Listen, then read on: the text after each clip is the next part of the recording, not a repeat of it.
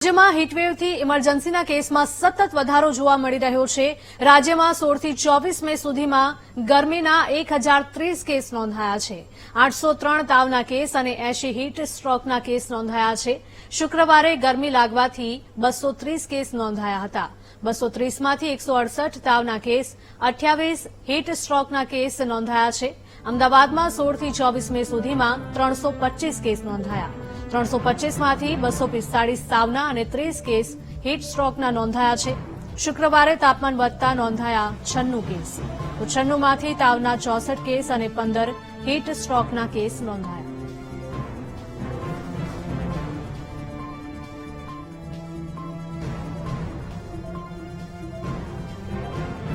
રાજ્યભરમાં હીટ સ્ટ્રોકના કેસીસમાં સતત વધારો જોવા મળી રહ્યો છે।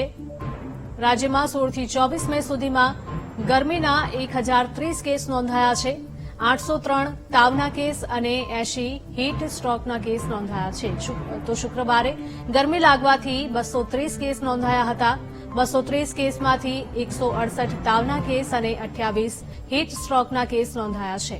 અમદાવાદમાં 16 થી 24 મે સુધીમાં 325 કેસ નોંધાયા છે, જ્યારે 325માંથી 245 તાવના અને 30 કેસ હીટ સ્ટ્રોકના નોંધાયા છે। શુક્રવારે તાપમાન વધતા નોંધાયા 96 કેસ, તો 96માંથી તાવના 64 કેસ અને 15 હીટ સ્ટ્રોકના કેસ નોંધાયા।